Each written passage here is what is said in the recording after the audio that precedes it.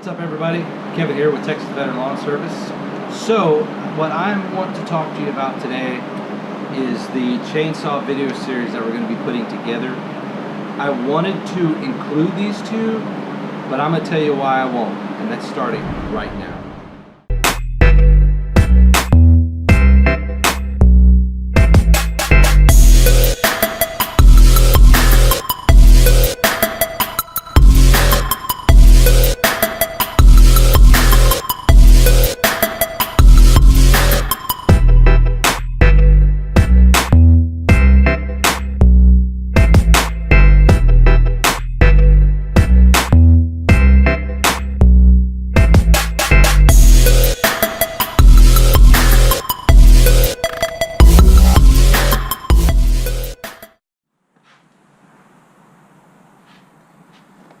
Welcome back, everybody. Okay, so if you guys have seen the Echo chainsaw, the CS310 that I put up not too long ago, you definitely check that out. But if you recall, I talked about how we're going to be putting on multiple video series of different chainsaws that we have.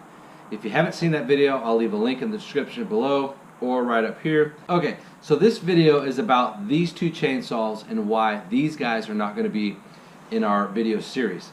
So we're going to talk about this Ryobi. I'm just going to tell you a few of the features about it and why we're not going to use it in our video series.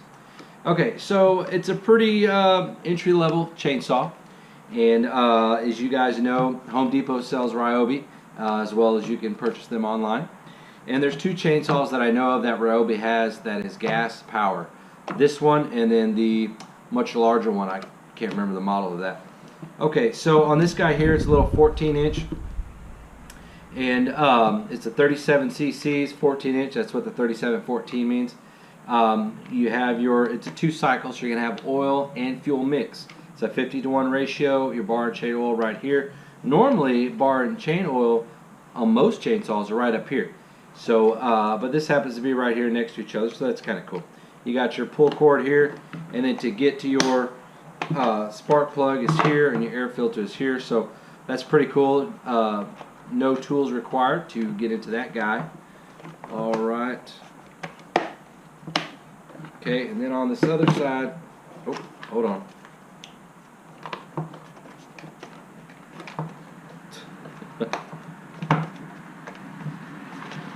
Okay.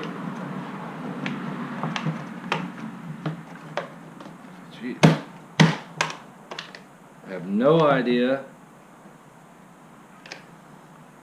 That's why I always try to purchase better brand equipment, because you get this stuff.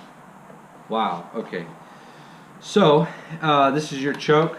This is your fuel bulb. Forgot your on and off here, and your safety lever, so you can't squeeze the trigger unless you push this down. One of the things I do not like about this brake here is it only has one post. See in here, there's no post, so that makes it real flimsy. And if one breaks, that's it. You don't have another one to try to help stop it. So, you know, it's nothing fancy. It does have a 1-year homeowner warranty, and does have anti-vibration on the handles. One thing that we did put some fuel in it and bar and chain oil, and we started it up the other day, and we haven't used it other than starting it up. We haven't cut anything, and what we have noticed is a ton of oil. You probably can't see it, but a ton of oil was leaking down in there. I don't know, you might be able to see it. It was just nasty. It was leaking right in here. And it's still all gummed up right there, and it shouldn't be. So, you know, my intentions were to purchase this chainsaw as well as all the other ones I purchased and put them into our chainsaw rotation throughout the year. We do a lot of tree trimming and tree service in the fall time, where the spring and the summer is mostly a lawn service priority. So anyways, a little bit more about this. It's fairly lightweight. You know, if you just need something about $100, I think it was 109 plus tax, it'll probably do the job. Just keep in mind that if you have a case for this, it's going to get pretty nasty. We had a towel around here somewhere where we ran it and then sat it on the towel. And we came back like an hour later, and it was just, the oil was just all over the place. We just feel that, you know, this isn't up to par with what we're going to be doing and the type of strenuous work that we're going to put it through. But for anybody who's a homeowner who lives in the city, maybe wants to prune their tree, you know, once a year, twice a year, it's probably about all of this is going to be worth. You know, or maybe you have a project coming up and, you know, you're out of town working on a project and you didn't bring your good chainsaw from home. You know, you go purchase this, it'll probably do the job, and just get rid of it after that.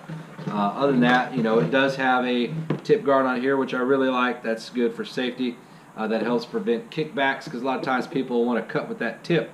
You know, go up there and then it comes up, and you know, not very good for the hairstyle.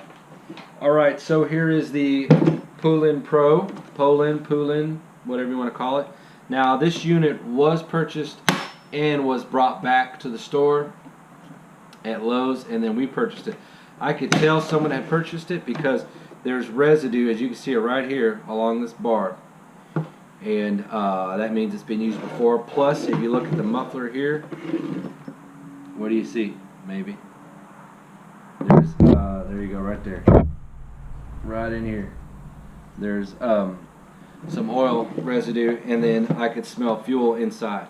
Now, they did an excellent job of, definitely fuel, of getting it super clean, you know, unless, and there's no bar and chain oil anywhere in there.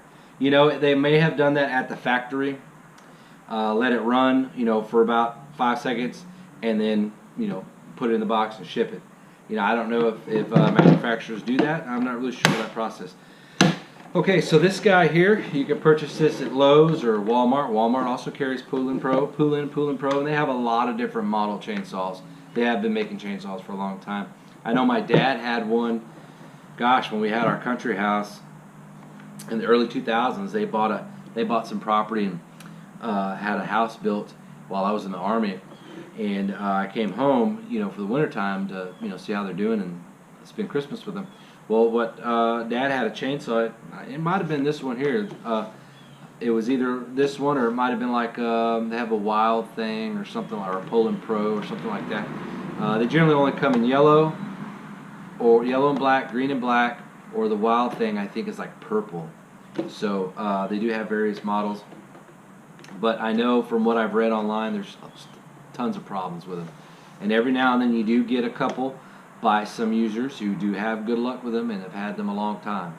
There are those out there. And I think a lot of that just has to do with how you take care of it. But the chainsaw my dad has, the Poulan one that he has, it just didn't last that long. I think they paid like $200 for it, and it would work, you know, for that day, and then, oh my gosh, it took like an hour to try to get the damn thing started the next time.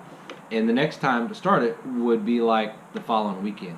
So I'm not sure what that was all about, but you know, I really wasn't into chainsaws that time, so I didn't want to figure it out.